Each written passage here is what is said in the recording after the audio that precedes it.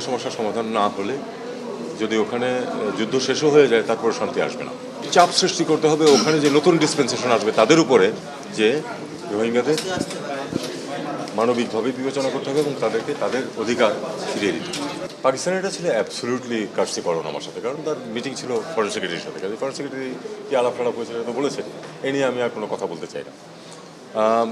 যুক্তরাষ্ট্রে যারা এসেছেন তারা দুটো বিষয়, এক হলো যে আপনারা জানেন যে দুজন এসেছিলেন, একজন আমাদের অঞ্চলে আর একটা হলো পাশের অঞ্চলে ডেপুটি অ্যাসিস্ট্যান্ট সেক্রেটারি।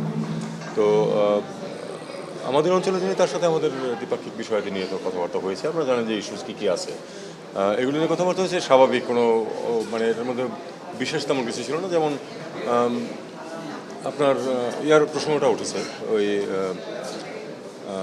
ট্যাক্স যেটা ট্যারিফের প্রসঙ্গ উঠেছে, এবং আমরা বলেছি যে আমরা তো চেষ্টা করছি তোমাদের বাণিজ্য বাধা কমিয়ে আনতে। এবং আমি আরেকটা পয়েন্ট উল্লেখ করেছি যে আসলে তো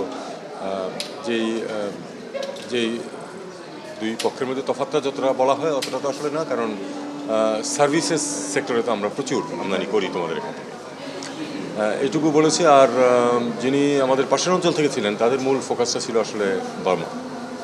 তো এ ব্যাপারে আমার অবস্থান আপনাদেরকে আমি বহুবার বলেছি। আমি এক্স্যাক্টলি একই কথা তাদেরকে বলেছি যে আসলে রোহিঙ্গা সমস্যার সমাধান না হলে যদি ওখানে যুদ্ধ শেষও হয়ে যায় তারপরে শান্তি আসবে না, এটা আমি খুব শক্তভাবে বলেছি। এবং বলেছি যে এখন আমরা একটা নতুন বাস্তবতায় আছি।